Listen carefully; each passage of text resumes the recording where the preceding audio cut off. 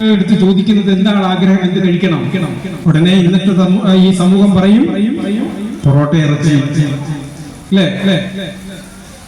അത്തരം ആഹാരങ്ങൾ കൊടുത്താൽ അത് കുഞ്ഞിന്റെ സ്വഭാവത്തെ ബാധിക്കും. ഉച്ചത്തിൽ കേൾക്കുന്ന ശബ്ദം പോലും ഗർഭോദരത്തിൽ കിടക്കുന്ന കുഞ്ഞിന്റെ സ്വഭാവ രൂപീകരണത്തിൽ സ്വാധീനിക്കുമെന്നുള്ളത് കൊണ്ടാണ് നാമജപം കേൾപ്പിക്കണം. അതോടൊപ്പം തന്നെ ഏറ്റവും ശുദ്ധമായ ആഹാരം കഴിക്കണം എന്ന് പറയുന്നത്. കാരണം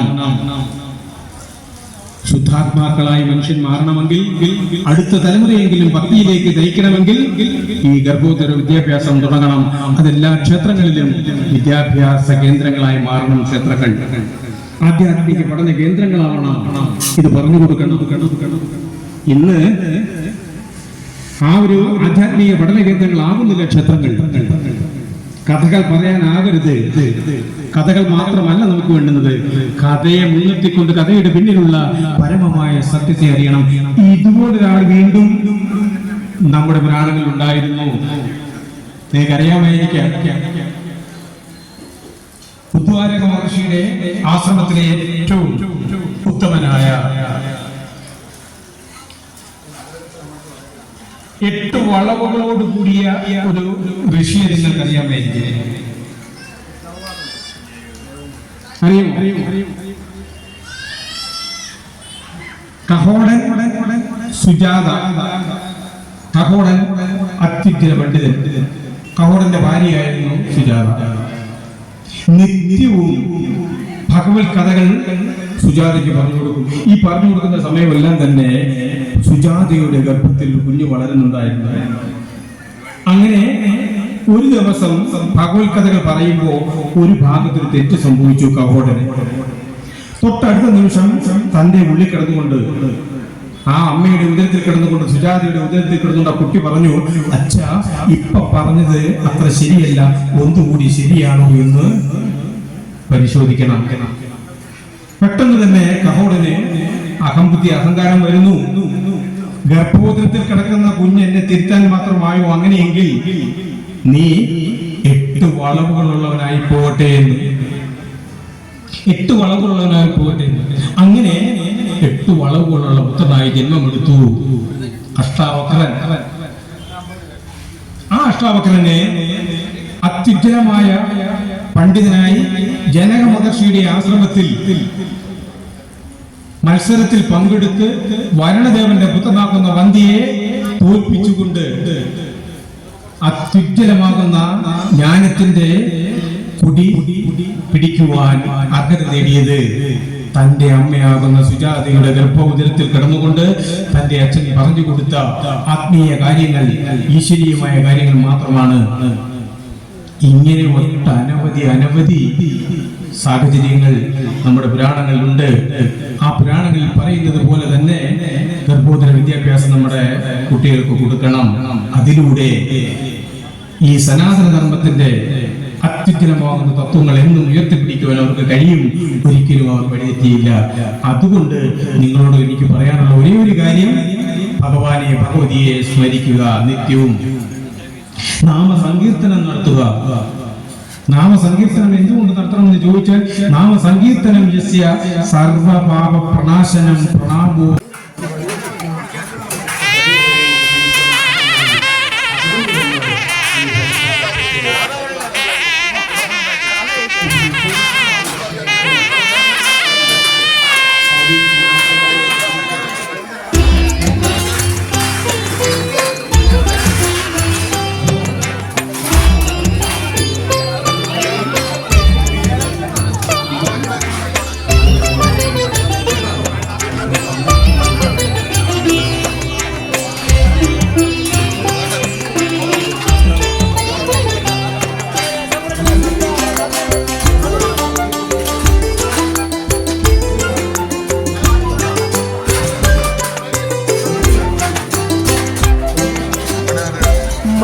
മന്ദസമീരണൻ പനിനീരിൽ മുക്കിയ രാമചവിശറി വീശുന്നു. മന്ദസമീരണൻ പനിനീരിൽ മുക്കിയ രാമചവിശറി വീശുന്നു. മാനത്തു നീളെ നക്ഷത്ര കോടികൾ ദീപാവലി നിരത്തുന്നു. പ്രകൃതിയും ഭക്തരും അമ്മേ നിന്നടയിൽ തൊഴുകൈകളോടെ നിൽക്കുന്നു. ദേവി കുളങ്ങരയമ്മേ അമ്മേ ദേവി കുളങ്ങരയമ്മേ.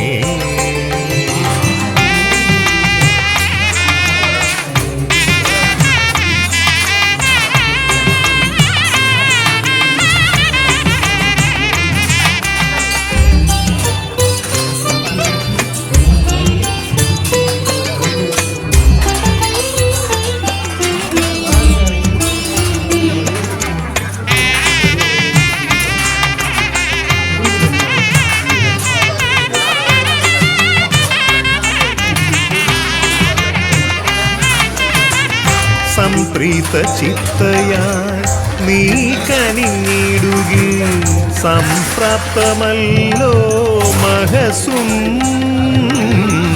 സംപ്രീത ചിത്തയായി നീ കനിഞ്ഞിടുകിൽ സംപ്രാപ്തമല്ലോ മഹസും. മലയജ ശീതള മധുരിമ ചോരും മന്ദഹാസി മലർമാതേ.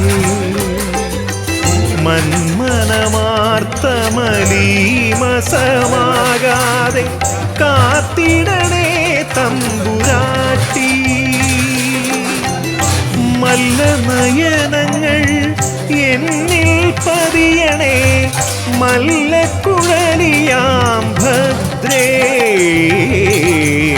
മന്ദസമീരണൻ പനിനീരിൽ മുക്കിയ രാമചരിശരി വീശുന്നു.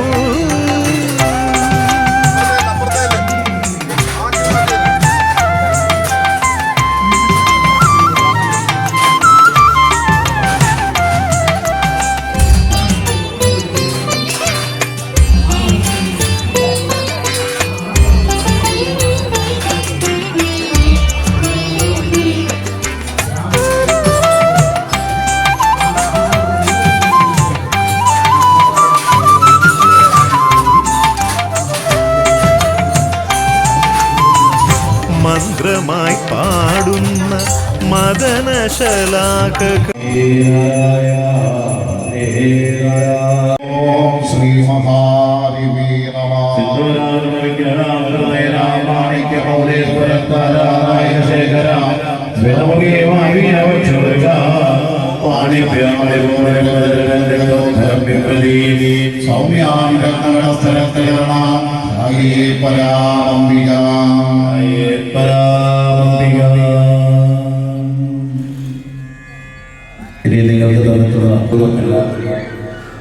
ശ്രദ്ധിച്ച് ഭദ്രേ നാരായണ ലക്ഷ്മീ നാരായണ ഭദ്രേ നാരായണ അമ്മേ നാരായണ ദേവി നാരായണ അമ്മേ നാരായണ ദേവി നാരായണ അമ്മേ നാരായണ ഭദ്രേ നാരായണ വിശ്വഭായ നമഃ. മഹാദേവി നമഃ. ജ്ഞാനമയായ നമഃ. ഓം ശ്രീ മഹാദേവി ജ്ഞാനദായ നമഃ. ഓം ശ്രീ മഹാദേവി നമഃ. ജ്ഞാനവിഗ്രഹായ ഓം ശ്രീ മഹാദേവി നമഃ. ജ്ഞാനസ്വരൂപിണി നമഃ. ശ്രീ മഹാദേവി നമഃ. ഈശ്വരൂപായ നമഃ. ശ്രീ ഭഗവാൻ